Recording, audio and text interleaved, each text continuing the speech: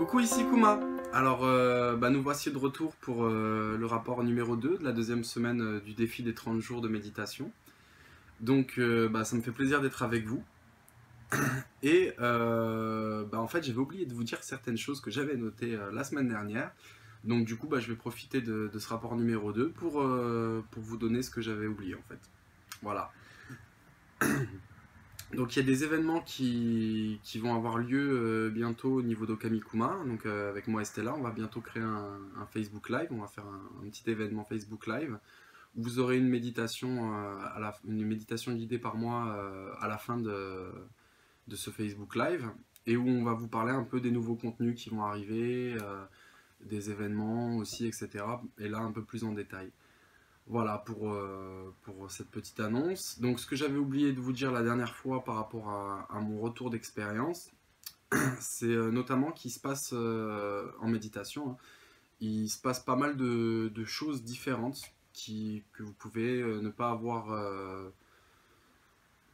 que vous pensiez peut-être pas que ça peut arriver ou que ça peut vous faire ça, ou et c'est tout à fait normal si ça vous fait ça en fait. C'est ça que je voulais dire. Et donc dans quoi en l'occurrence, vous pouvez avoir par exemple des larmes. Des larmes. Alors vous n'êtes pas triste, hein, mais vous pouvez avoir des larmes, vous pouvez avoir des bâillements. Moi j'ai souvent des bâillements pendant mes méditations. Vous dites pas que oh là là j'ai bâillé, j'ai bougé, c'est pas grave. Au contraire, c'est naturel. Tout vient de manière assez naturelle pendant la méditation, parce que vous retournez vraiment à un état naturel de l'être, où ce genre de manifestations physiques, faut pas vous empêcher de les avoir, parce que je sais qu'il y a certaines personnes qui se disent, qui sont très disciplinées, qui veulent faire les choses de manière très carrée. La méditation, c'est aussi du lâcher prise. Donc ça signifie que quand vous avez un bâillement, c'est que ça devait être là. Quand vous avez des larmes qui coulent, c'est que ça devait être là. Et bien souvent, ça a une raison d'être aussi au niveau énergétique. Voilà, on parle de transformation, transmutation, d'énergie qui, par exemple sont lourdes et partent en fait. Donc elles remontent, elles partent. Et pendant la détente de la méditation, voilà, vous allez avoir des bâillements, des larmes qui coulent, vous allez avoir des gestes. Vous allez avoir envie par exemple de étirer un bras, vous allez avoir envie de tirer sur le dos, parce que musculairement, en fait, votre corps vous le demande. C'est une indication, ne vous empêchez pas d'avoir ce genre de gestes qui sont très importants. Ce qui m'arrive aussi souvent en méditation, c'est que je vais faire naturellement des mudras. Donc les mudras, comment dirais-je, c'est des placements en fait au niveau des doigts. Donc par exemple, on connaît tous en méditation ce mudra, voilà. Vous avez celui-là, des fois vous allez joindre les deux mains et faire d'autres types de mudras. Tout ça, c'est tout à fait naturel et normal. Au contraire, plus ça vient de manière intuitive et naturelle, mieux c'est. C'est parce que justement, en fait, vous vous alignez, donc vous allez au niveau inconscient, vous allez rejoindre votre inconscient et votre subconscient, donc du coup, vous allez dans votre conscient faire des choses qui naturellement, en fait, ont lieu d'être, justement. Voilà, donc ça, c'était un petit truc sur lequel je voulais vous dire. Et sinon, oui, puisque j'ai toujours mes notes, hein, sinon j'oublie tout. Il y a une technique de méditation que je voulais vous donner pour quand vous allez vous coucher le soir, si vous voulez faire une méditation avant d'aller vous coucher et que vous n'avez pas trop le temps pour une méditation profonde ou quoi, simplement checker, remémorez-vous en fait les bons moments de la journée. Même si ça a été une journée pourrie, il y a forcément eu des petits détails, des petits trucs. Des fois c'est par les petites choses hein, qu'on trouve son bonheur. Et en particulier, checker les petits moments de la journée, un petit café, un sourire, n'importe quoi en fait qui a égayé votre journée malheureusement si par exemple elle n'a pas été géniale. Essayez de retrouver malgré tout ces petits moments, ces petites choses, parce que même si vous avez eu du lourd cette journée-là, il y a toujours quelques petits détails. Et plus en plus vous allez observer ça dans votre journée, plus vous êtes conscient en fait des petits moments, de ces petites choses que quand vous allez le checker pendant la méditation avant de dormir, donc vous le remémorez, et ça va vous revenir et ça va vous remplir d'énergie, et de bonne énergie, et ça va vous renforcer. Donc voilà, c'est deux petites choses que j'avais oublié de vous dire, que je voulais vous dire pour le rapport de la première semaine. Donc là, c'est le rapport de la deuxième semaine, donc on va y passer. Le premier jour, donc le jour 8 en fait, on va rester dans une certaine chronologie, donc le jour 8 de cette deuxième semaine, j'avais fait une petite méditation de 15 minutes pour me détendre, après une tentative d'accrochage d'un PN. Alors un PN, c'est un pervers narcissique. Voilà, donc je ne vais pas rester longtemps dessus, c'est juste pour vous dire, voilà, une petite méditation quand vous avez un accrochage avec quelqu'un, quand il y a eu un petit truc qui vous a gêné, une petite méditation pour reprendre en fait votre calme, votre alignement. Voilà, donc moi j'avais fait une petite méditation, ça m'a vraiment fait du bien. Je me suis détendu, j'ai repris mon rythme d'activité normal, j'ai pu reprendre ma journée tranquillement et puis y penser. Voilà, prendre un détachement sur ce qui nous arrive, c'est important et la méditation peut vous y aider dans ce genre de cas. 9. C'est une méditation de 35 minutes que j'avais fait coucher sur le côté, un peu en mode fœtus. Voilà, je l'ai ressenti, je l'ai fait. Et j'ai d'abord focalisé sur mon troisième œil, au niveau de ma concentration et de ma respiration. Et puis, j'ai complètement lâché prise. Et s'en est suivi que en fait, j'ai bien connecté avec mon enfant intérieur. Et il a voulu me faire découvrir des choses. Et notamment le rapport à l'enfant, enfin au bébé, dans le corps de sa maman quand la maman est enceinte. Il y a une relation, une symbiose profonde. Et en fait, en me mettant dans cette position, en laissant venir aussi ce qui vient, et je me suis comme un peu remémoré pour moi-même, en fait, des choses qui s'est passées dans le ventre de ma maman. Et du coup, ça m'a apporté plein de ressentis,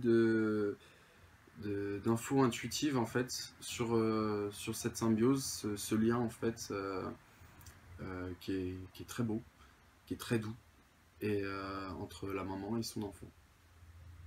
Donc si vous avez des questions là-dessus, je veux bien échanger aussi là-dessus parce que c'était quand même une expérience intéressante. C'était vraiment une expérience enrichissante. Méditation du 10e jour, c'était une méditation profonde. Là encore, j'ai choisi d'être couché dans cette méditation. Je l'ai ressenti comme ça. Donc, je suivez beaucoup vos ressentis quand vous voulez méditer. Ça vient pas toujours de la même manière, c'est pas toujours la même envie. Il y a des fois, vous avez envie de méditer profond. Il y a des fois, vous avez envie de faire une petite méditation. Vous avez envie de poser une intention avant de partir et de lâcher prise. Suivez toujours vos ressentis à ce niveau-là parce que déjà d'une, ça va varier les types de méditation que vous allez faire. Et donc du coup, ça va pas toujours être monotone et la même chose. Et en plus, cet aspect intuitif, c'est que c'est au moment présent ce que vous avez besoin en fait. Donc suivez vraiment cette ligne conductrice, ce fil d'Ariane, qui est le vôtre. Alors, donc pour revenir à cette méditation profonde, de 50 minutes, donc suite à une intention posée justement, j'ai décidé de rencontrer mes totems. Donc j'ai posé l'intention, je suis parti en méditation et je m'accrochais plus à rien.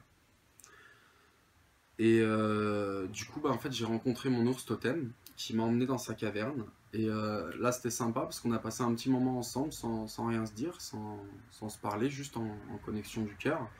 Et puis à un moment donné, il m'a emmené un peu dans le fond de la caverne. Et en fait, c'était marrant, c'était un peu aussi en mode enfant intérieur. On a fait comme du toboggan.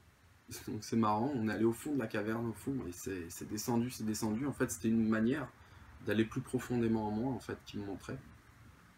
Donc c'est de visualiser un peu, laisser ce qui vient, mais de visualiser en fait par exemple qu'on va au fond de soi-même en fait.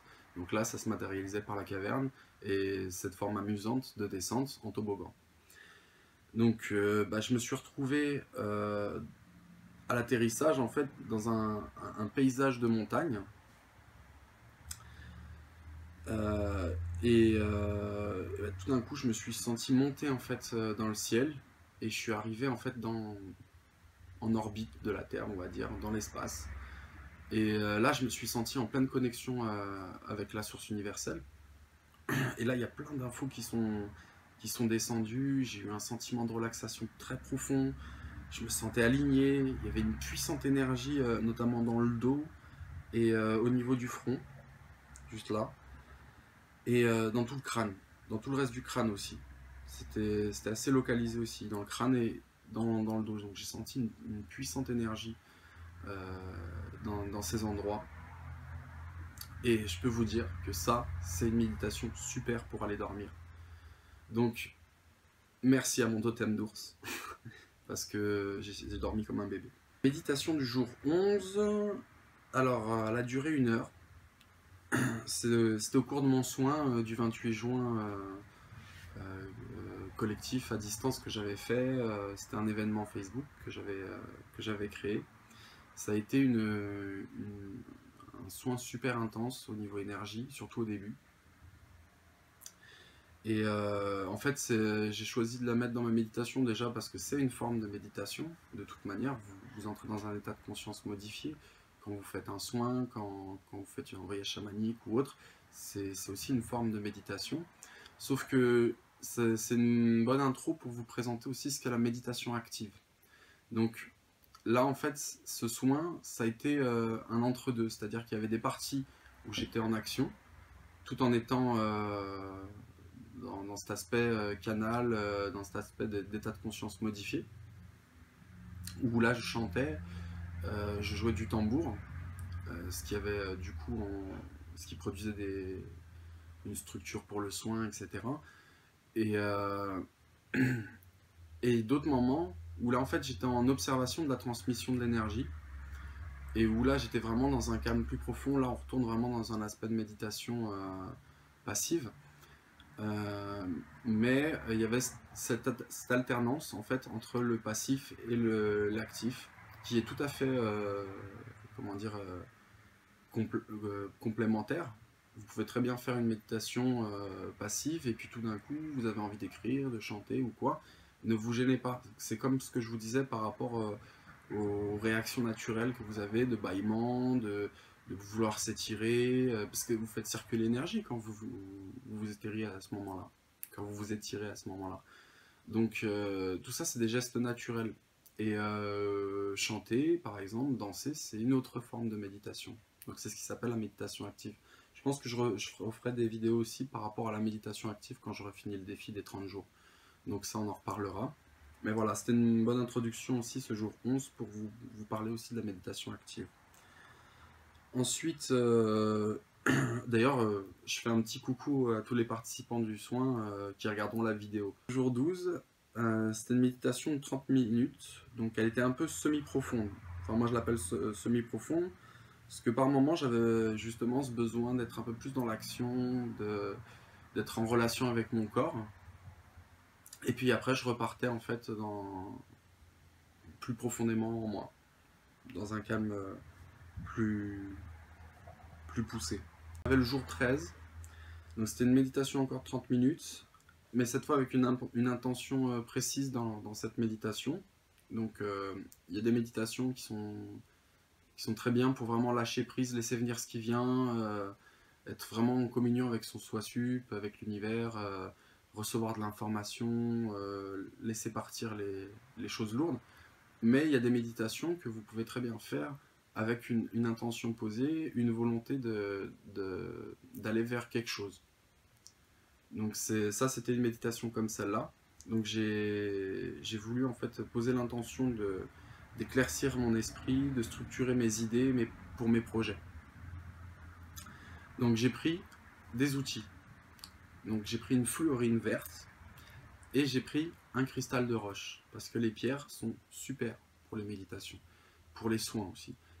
C'est vraiment des outils qui nous aident énormément, qui sont chargés en énergie et qui sont vachement qui vont améliorer en fait ce que vous voulez faire.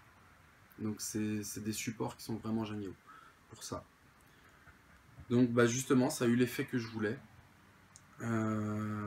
J'ai pu éclaircir mes idées, notamment à certains projets, comme parce que j'ai créé aussi un livre, et c'est un des projets que j'ai pu bien structurer dans cette méditation, dans mes idées. C'est un roman d'heroic fantasy et de science-fiction que j'ai commencé à canaliser quand j'avais 11 ans. Et du coup que j'ai commencé à écrire en 2012, donc longtemps après. Et je suis toujours en cours de ce projet, notamment sur le premier tome, mais j'ai pas mal de choses, parce qu'il y a pas mal d'autres tomes qui arrivent derrière. Donc j'avais besoin de vraiment de restructurer, de réaligner un petit peu tout ça. Et c'est ce que m'a permis cette méditation en fait.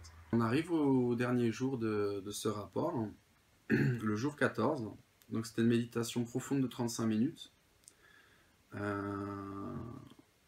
Donc c'est une méditation qui était vraiment parfaite elle aussi pour aller se coucher. En plus je suis rentré assez vite dans l'état que je souhaitais, ce qui m'a permis en fait de pas non plus prendre trop de temps sur mon sommeil et de bien dormir après. Donc en fait je vais vous donner une petite technique de comment faire, en fait, notamment au niveau de la respiration. Vous allez focaliser un petit peu sur votre respiration et laisser venir ce qui vient. Et la respiration, en fait, elle se situe comme ceci. Donc, on inspire, on expire, et au niveau du ventre, quand vous êtes à l'expire, vous relâchez en fait les muscles du diaphragme et du ventre pour en fait venir vous ancrer et poser en fait votre comment dirais-je, votre conscience. Et en faisant en fait ce rythme régulièrement, vous allez voir que vous allez être de plus en plus détendu. Votre état de conscience va changer et vous allez être de plus en plus profondément en vous. Voilà, de manière assez simple. Donc, concentrer sur la respiration et avoir ce rythme. Inspiration, expiration, tranquille. Et à l'expiration, vraiment relâcher les muscles du ventre comme si en fait vous vous asseyez mieux en fait dans votre position. Bon là je parle d'une méditation où vous êtes assis en tailleur par exemple.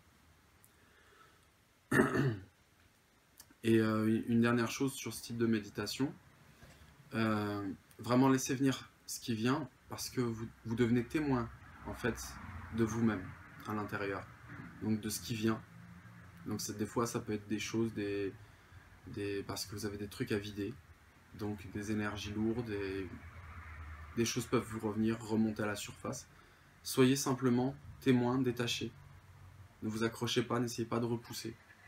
Vous laissez venir ce qui vient et vous le laissez couler. Voilà, pour les aspects lourds. Puis des fois, ça va être autre chose, ça va être des aspects plus sympas. Et là, vous allez vous découvrir mieux sous des angles plus agréables. Donc voilà, un petit conseil supplémentaire. N'hésitez pas à créer une playlist de musique pour vous accompagner. La musique, c'est vraiment très puissant. Je suis très sensible au son. Je fais beaucoup de soins avec le son, avec les chants, avec la musique. Je travaille beaucoup avec ça parce que c'est vraiment une base de l'univers, j'ai envie de dire. Le son, c'est une base de l'univers. Et c'est très puissant parce que ça se manifeste,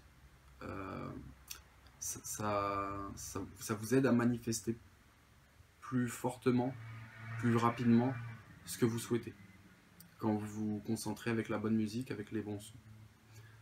Et voilà. Donc on en arrive à la fin de cette vidéo. Je vous remercie pour votre attention. N'hésitez pas à venir échanger avec moi. De toute manière, vous avez toutes les informations dans la barre d'informations de la vidéo YouTube dans le déroulé moi.